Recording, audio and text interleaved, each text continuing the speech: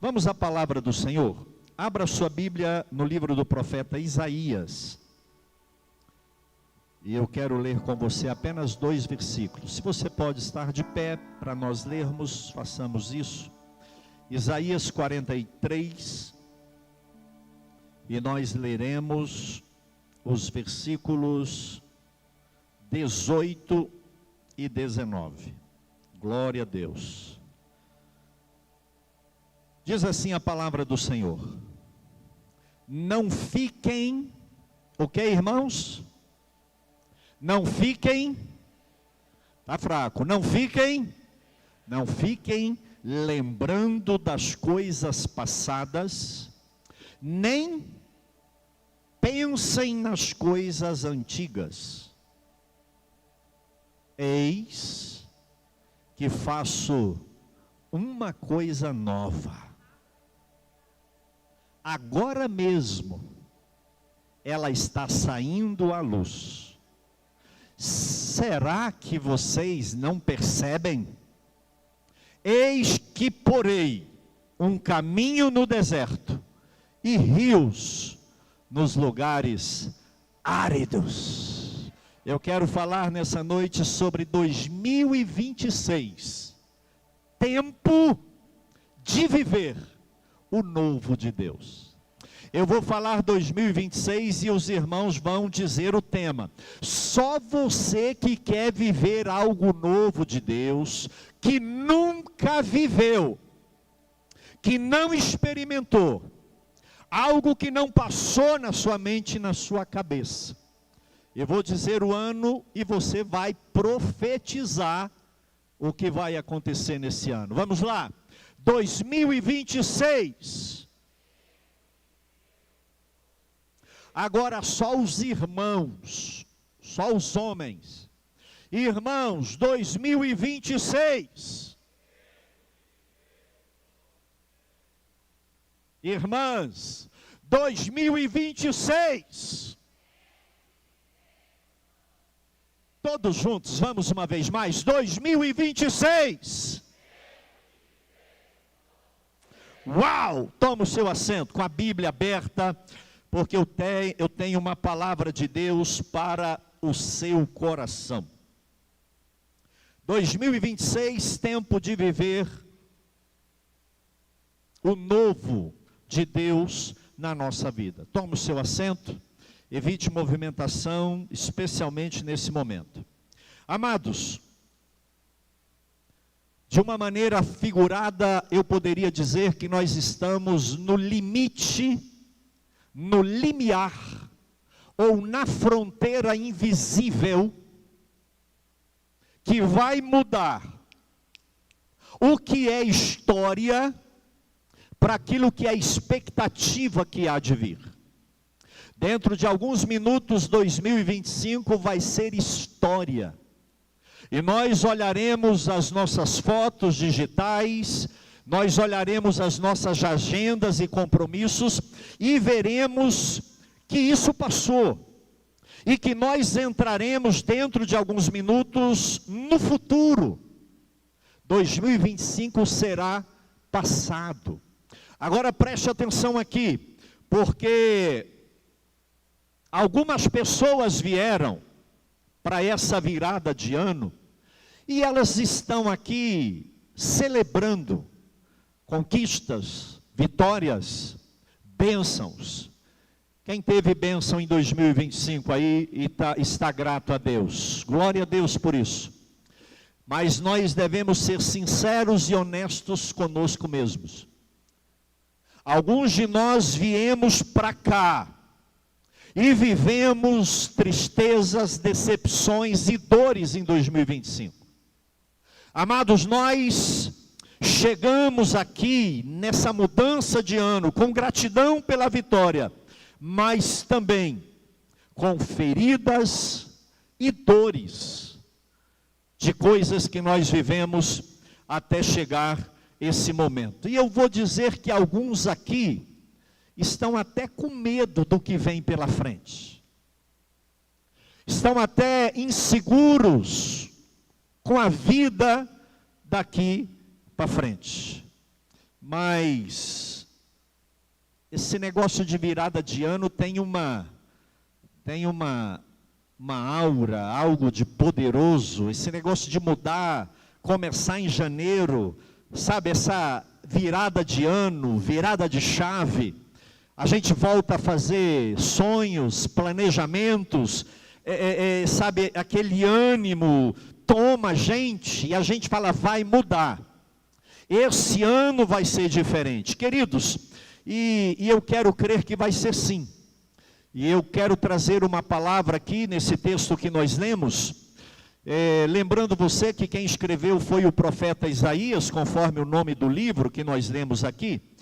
E de uma maneira muito rápida, não é foco da mensagem, mas só para você situar, o profeta Isaías viveu no final do século 8, lá por volta do ano 740 a.C., e o livro de Isaías é um dos livros mais ricos e densos em teologia de todo o Antigo Testamento.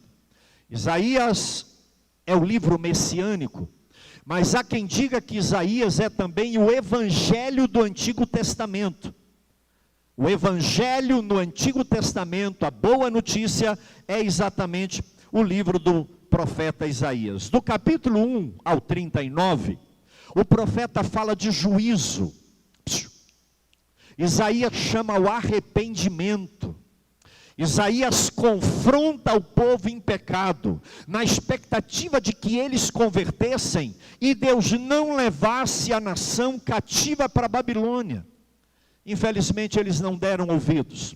E as profecias a partir do capítulo 40 até os 55, o profeta já vê o povo lá no cativeiro da Babilônia. E as palavras que ele tem do 40 ao 55 são palavras de consolo. As palavras contidas aqui são palavras de redenção. E uma terceira parte do livro, dos 56 ao 66, o profeta vai falar de esperança, de consumação. Deixa eu falar algo aqui para você. Algumas pessoas fazem uma analogia entre o livro de Isaías e a Bíblia como um todo. A Bíblia tem 66 capítulos, 66 livros. Isaías tem 66 capítulos. Olha aqui, 39 livros estão no Antigo Testamento, 27 no Novo. Isaías do 1 ao 39 é juízo, é lei, é condenação. Os últimos é consolo, redenção e consumação, equivalente ao Novo Testamento. E o final de Isaías 55 e 56 é Apocalipse puro. É a Nova Jerusalém, é a redenção, é a consumação. Se você olhar, você vai ver que João escreveu o Apocalipse com base em Isaías 58, 59, que pega ali esse final, 60, do livro do profeta Isaías. Então há uma semelhança muito grande, e a Bíblia resumida seria o livro do profeta Isaías. Mas vamos ao capítulo 43. O capítulo 43 está na segunda divisão, onde fala de consolo, onde fala para um povo que estava no cativeiro. Preste atenção aqui. Enquanto Judá estava vivendo na fartura, na prosperidade, vivendo do bom e do melhor, o profeta exortou e ninguém deu ouvido. Agora eles estão no cativeiro, então Deus traz uma palavra de consolo, uma palavra de redenção e de que haveria de trazer esse povo de volta para Ele. Agora olha aqui para mim, Judá estava longe de Jerusalém, que tinha sido destruída. Judá estava longe do templo, que era o centro de adoração. As famílias tinham sido dizimadas. Esse povo estava vivendo um momento terrível de crise de identidade, porque eles não tinham ali perspectiva de melhoria nenhuma. Sabe qual que era a mentalidade deles? A cabeça deles era de que deveriam apenas sobreviver, porque eles não conseguiriam voltar a ser o que era antes. Então a vida desse povo aqui era lembrar do passado, era lembrar de tudo que eles foram. Quando Deus tirou eles com mão forte do Egito, abriu o mar vermelho, eles passaram a pé enxuto, caminharam pelo deserto, comeram maná, comeram codornizes, e água saiu da rocha. Lá no cativeiro eles não cantavam, não adoravam, só lembravam dos feitos maravilhosos de Deus. Lá no cativeiro eles lembravam da época de ouro da monarquia, do governo de Davi, de Salomão. Mas agora eles não tinham nada que celebrar. Era angústia, era decepção, era derrota. Tudo deu errado. Estavam longe de casa e na condição de escravos. Mas Deus é bom, amém? Amém ou não? Deus quebra o silêncio do cativeiro e traz uma palavra para o profeta Isaías, uma profecia poderosa.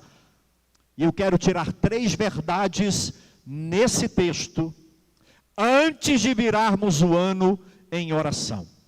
A primeira verdade que Deus ministrou para Judá, e que Ele fala conosco aqui hoje, é a seguinte: o desafio do esquecimento.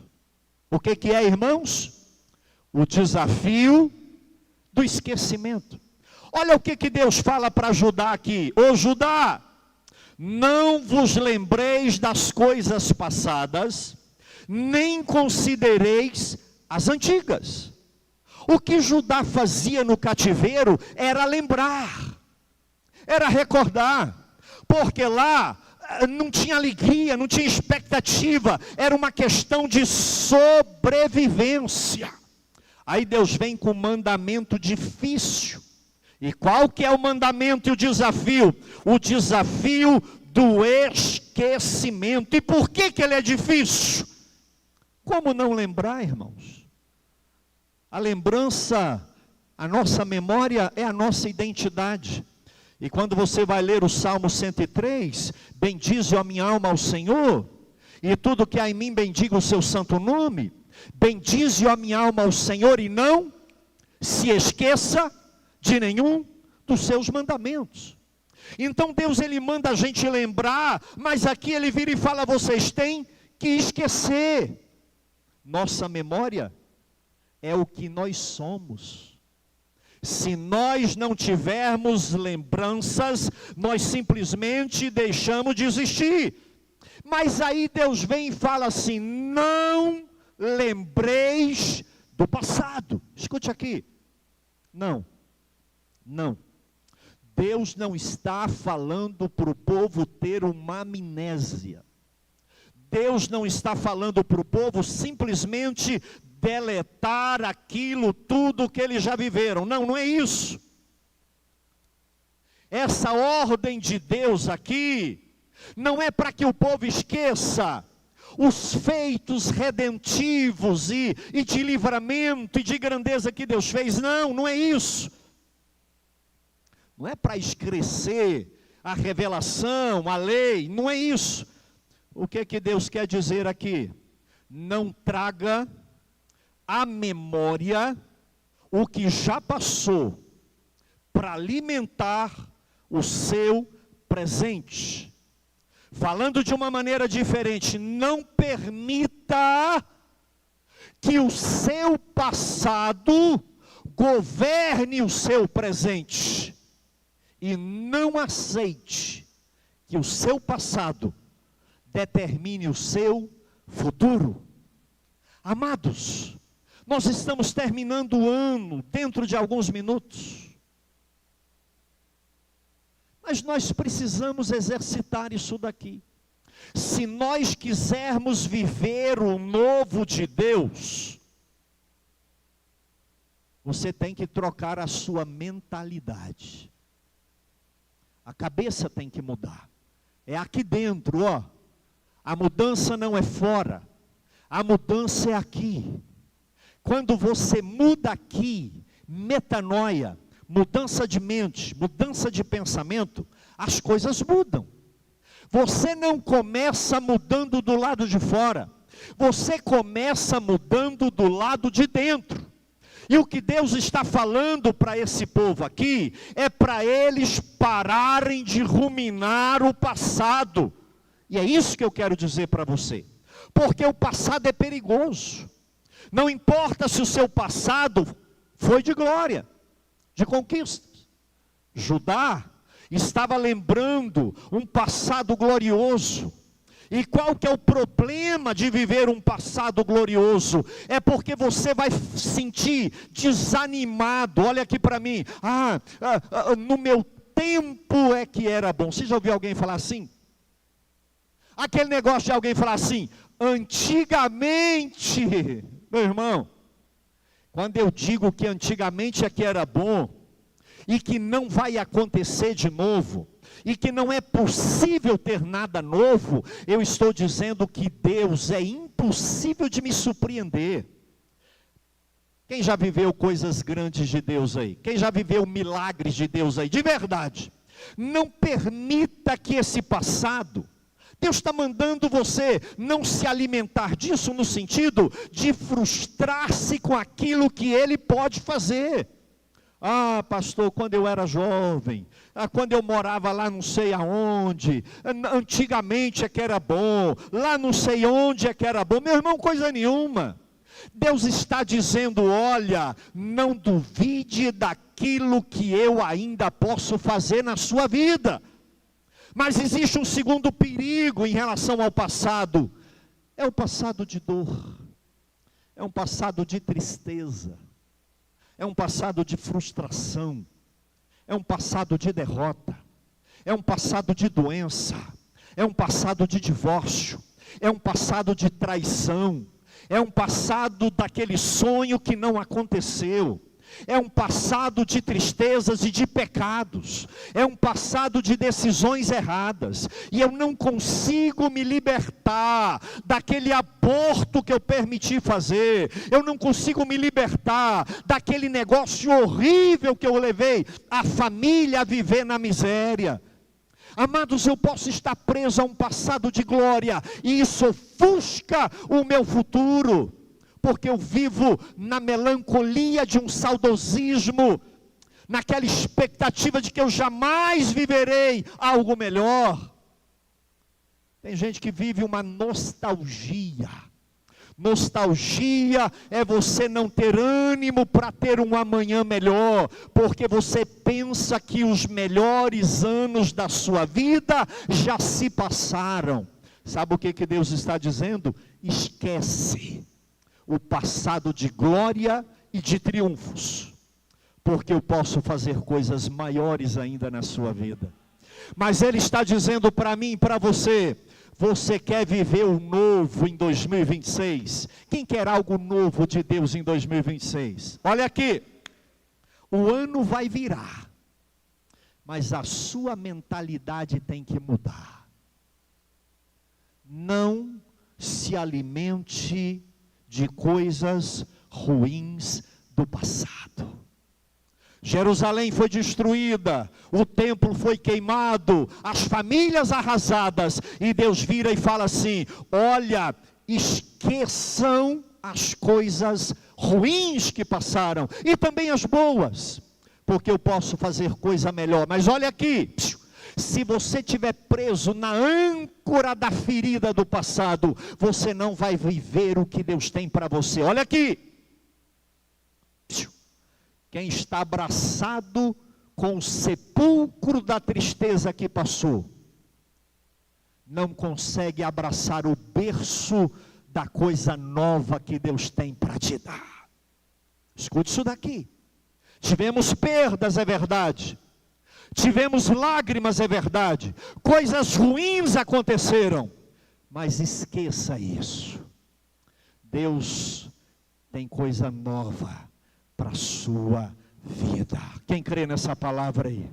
Deus tem coisa nova para a sua vida. E é isso que ele vira para aquele povo ali no cativeiro e fala: largue o veneno do passado, porque eu tenho coisa nova para dar para vocês. Meu irmão, larga a tristeza, a dívida que você não vai receber. Esquece isso, meu irmão. Não vai funcionar. Então a primeira coisa que Deus diz aqui para mim e para você: esqueça. 2025 daqui a pouco vai ser história. Olha aqui, você não vai entrar 2026 lembrando do que passou. Você vai entrar no ano novo olhando para frente. Amém, irmãos? Segunda verdade que nós temos nesse texto aqui é a seguinte: a promessa que Deus faz de algo novo. Preste atenção no texto aqui, porque o texto vai dizer assim, ó: eis que faço. Eis, o sujeito aqui é o culto. Eu faço. Quem vai fazer? É Deus. Esquece o passado, porque eu faço. Eu faço. E o que Deus faz é pela sua graça e misericórdia, não é mérito. Se Satanás já cochichou no seu ouvido que você não merece o novo de Deus, Deus está dizendo: quem faz sou eu. Eu faço. O que o Senhor faz? Deus, o que o Senhor faz? Uma coisa nova. O povo no cativeiro lembrando de um passado de glória e de fracasso. Deus fala: esqueça isso, porque senão você não vai perceber. Eu faço. E aqui é interessante o eu faço, porque, me perdoe, mas a gente não entende se não falar isso. O verbo fazer aqui está no presente contínuo. Deus não está dizendo eu fiz, nem eu farei. Ele está dizendo eu faço. Em outras palavras, eu faço e continuo fazendo. Eu faço e continuo fazendo. Deus, e o que o Senhor faz? Uma coisa nova. Diga para quem está do seu lado: você ainda não viveu tudo que Deus tem para você. Não é uma reforma, não é uma maquiagem, não é uma guariba, não é uma reforma, é novo. É algo que você não viveu ainda. Aleluia. Quem tem essa expectativa para 2026 aí, irmãos? Quem tem? Quem tem? Eu estava rapidamente anotando aqui anos que Deus fez coisas novas na minha vida. Em 1988, eu vim para Cristo. Em 1990, eu comecei a namorar com a Simone. Só coisa nova. Em 1990, irmão, foi o meu ano. Eu incluí no corpo de bombeiros. Comecei a namorar com a Simone e virei bombeiro. Tudo isso em 90, isso mudou minha vida. Foi o meu ano, 1990. Em 93, eu casei com a Simone. Em 97, a Bia nasceu. Em 2000, a Érica nasceu. Em 2001, eu trouxe o corpo de bombeiros para a Trindade. Em 2004, eu assumi com a Simone o pastoreio dessa igreja. Em 2008, Benjamin nasceu. Em 2019, eu terminei minha carreira militar. Fui para a reserva remunerada. Em 2025, eu casei a Bia. Cadê a Bia e o Paulo? E eu quero colocar nessa lista 2026. Eu quero algo novo de Deus nesse ano. Quem quer algo novo de Deus aí nesse ano? Algo que você não viveu, algo que vai entrar para a história. Se você começar a relacionar aqui, olha, esse ano, e 2026 não será diferente. Quando eu vi isso aqui, o ano não tem um tema definido, eu disse, para mim, 2026 é o ano das coisas novas de Deus na minha vida. Quem quer um ano de renovo, de coisas novas, de experiências novas aí? Deus está dizendo, eu faço uma coisa nova, inédita. Diga para quem está do seu lado, você nunca viu o que Deus fará em 2026. Diga para ele, é novo. Aleluia. Quem pode dizer glória a Deus, é novo. Mas o texto continua, Deus fazendo a promessa, e ele diz, agora mesmo. Olha aqui, agora mesmo. Não é depois, é agora mesmo. Eu estou fazendo agora mesmo. Deus já está preparando as coisas para mim e para você, para 2026, porque Ele está fazendo agora mesmo. E é curioso isso daqui, irmãos, porque a versão que nós lemos fala o seguinte, agora mesmo, essa coisa nova está saindo à luz. Olha aqui, olha aqui. A palavra aqui é uma palavra emprestada da botânica. Tem uma outra versão que diz, ela está brotando. Esse é o significado da palavra aqui no hebraico. A coisa nova que eu estou fazendo, ela está brotando. Olha aqui para mim, uma semente que está debaixo da terra, e agora ela rompe a casca e começa a sair. Começa a brotar. Não tem caule ainda. Não tem folha ainda, não tem flor ainda, não tem fruto ainda, mas agora mesmo ela já está saindo da semente. Debaixo da terra, ela rompe agora, e eu só vou perceber isso lá na frente. Quem acredita que Deus está trabalhando no nosso 2026 aí? Irmão, é pela fé. Hebreus capítulo 11, versículo 1 diz assim, a fé é o firme fundamento das coisas que se espera, e a prova daquilo que não se vê.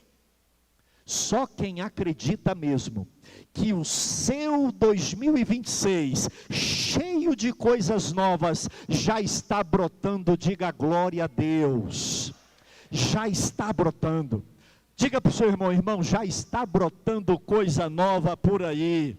Já está brotando. E aí Deus fala assim, porventura, vocês não percebem? Você não está entendendo? Porventura você não compreende?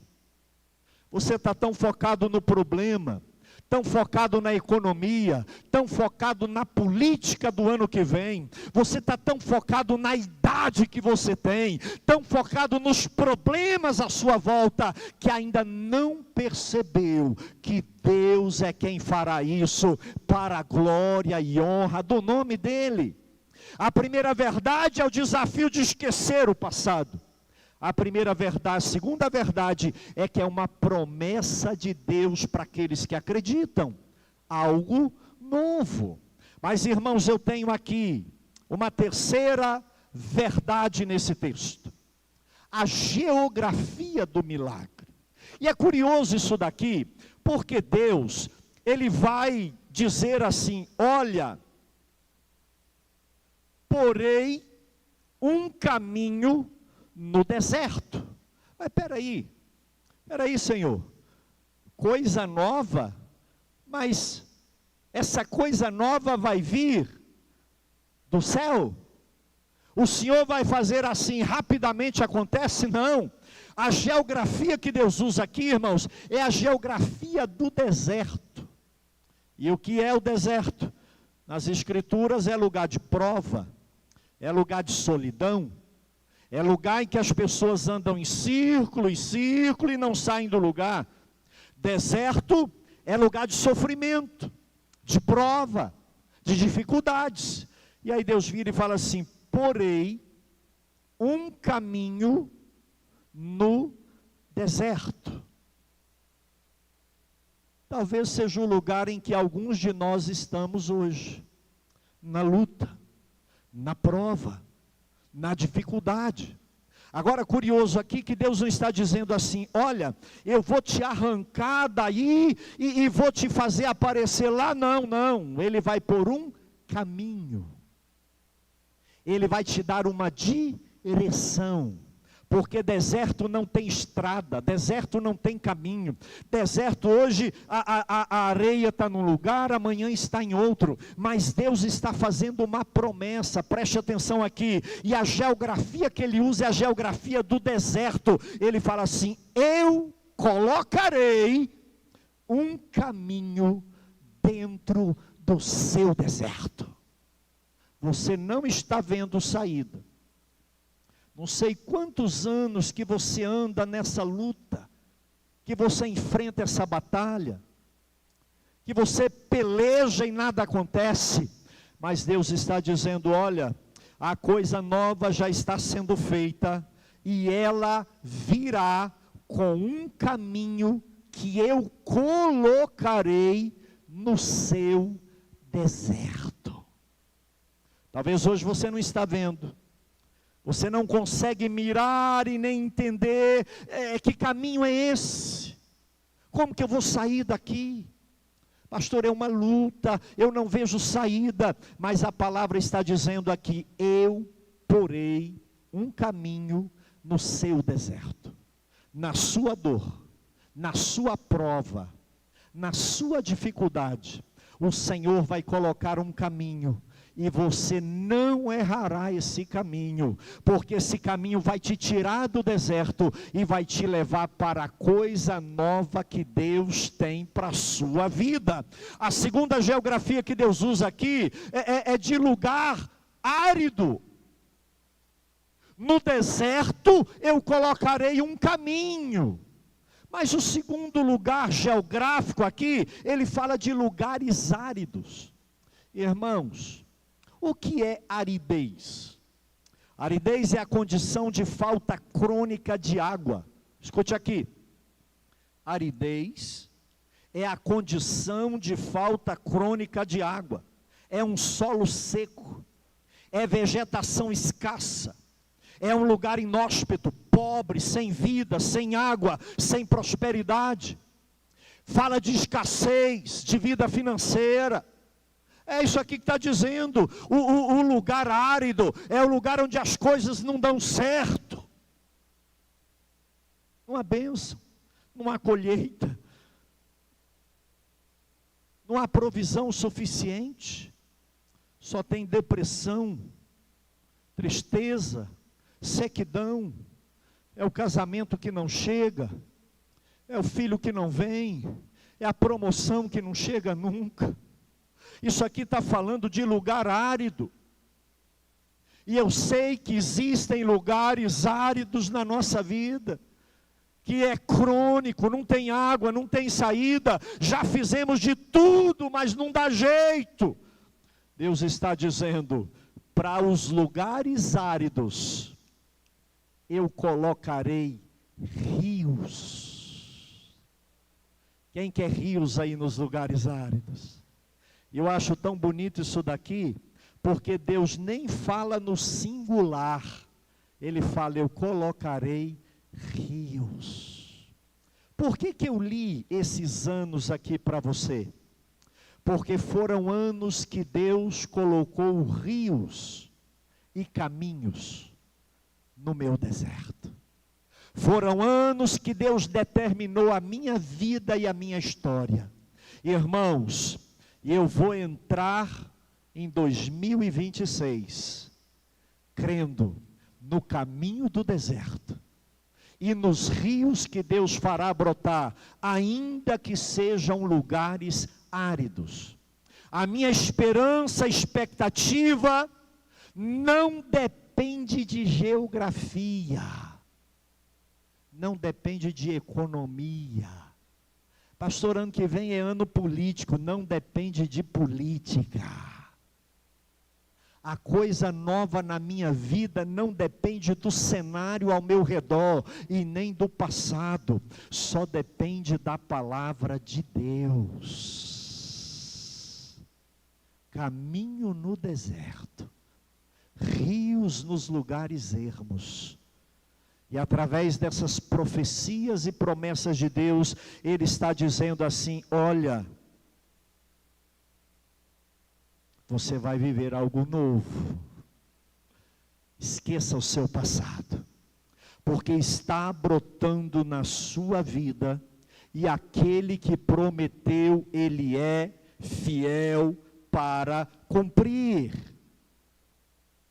Eu quero finalizar aqui, irmãos, dizendo para você: esqueça o passado. Diga aí para quem está do seu lado, fala: irmão, esqueça o passado. Não alimente o seu futuro com coisas que você viveu no seu passado. Quem já leu o livro do John Bunyan, O Peregrino, vai lembrar que quando o cristão converte, ele tinha um fardo pesado nas costas. E onde ele ia, aquele fardo matava ele, era terrível aquele fardo. E quando ele vai caminhando, um certo dia que ele encontra a cruz, preste atenção. O cristão do livro Peregrino encontra a cruz. E diz que quando ele encontra a cruz, aquele peso cai das suas costas e sai rolando e cai dentro do sepulcro, e nunca mais ele vê aquele peso. O cristão grita: todo o meu passado de derrota, de tristeza e de pecados foi sepultado na sepultura da ressurreição de Cristo Jesus. Meu irmão, esqueça o seu passado. Irmã, esqueça o seu passado. Largue essa sepultura. Eu volto a dizer, se você ficar abraçado com essa sepultura do passado, você não vai ver o novo de Deus na sua vida. Isaías 43, versículo 25, Deus fala assim: eu mesmo sou o que apago as suas transgressões, e dos pecados que você cometeu, eu não lembro mais. Olha aqui, se Deus esquece, por que tu lembra? Paulo sabia disso. Às vezes eu pergunto, como que Paulo teve tanta inspiração para escrever? Irmão, Paulo era doutor no Antigo Testamento. Paulo sabia de Isaías 43. E quando ele fala assim: uma coisa eu faço, esquecendo o que ficou para trás, eu prossigo para as que estão diante de mim, eu prossigo para o alvo. Esqueça o que ficou para trás, tanto glória quanto derrota. Você não pode viver do passado. Segunda coisa, creia na promessa de Deus. Creia na promessa de Deus. Quantos aqui acreditam que Deus tem algo novo para nós em 2026, de verdade? Fique de pé em nome do Senhor Jesus. Uma coisa nova eu faço. Perguntei, falei: irmão, você está pronto para viver o novo de Deus? Pergunta aí, você está pronto para viver o novo de Deus? Agora pergunta para ele assim, ó: você já viu que está brotando? Você já viu que Deus está começando a operar, a fazer alguma mudança? Terceira e última coisa, nós vamos entrar em 2026, crendo na soberania de Deus. É Ele que faz, irmãos. É Deus que opera. Deus não depende de nada e de ninguém. Deus não depende de geografia, nem de política, nem de economia. Escute aqui. No início do capítulo 43, ele diz assim: quando você passar pelas águas, eu estarei com você.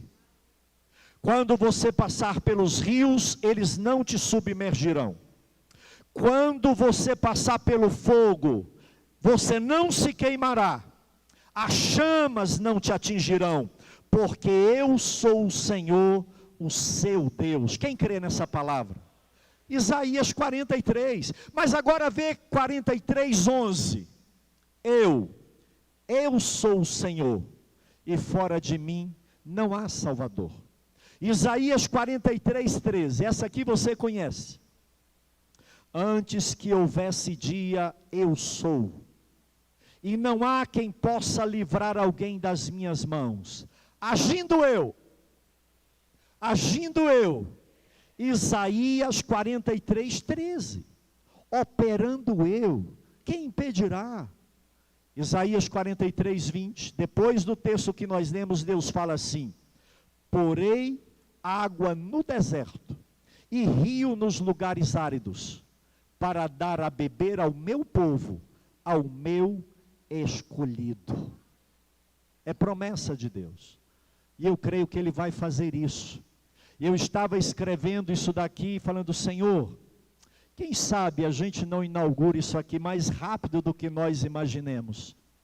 Basta um caminho no deserto, basta um rio que vai brotar, e a gente nem imagina, e de repente as coisas acontecem.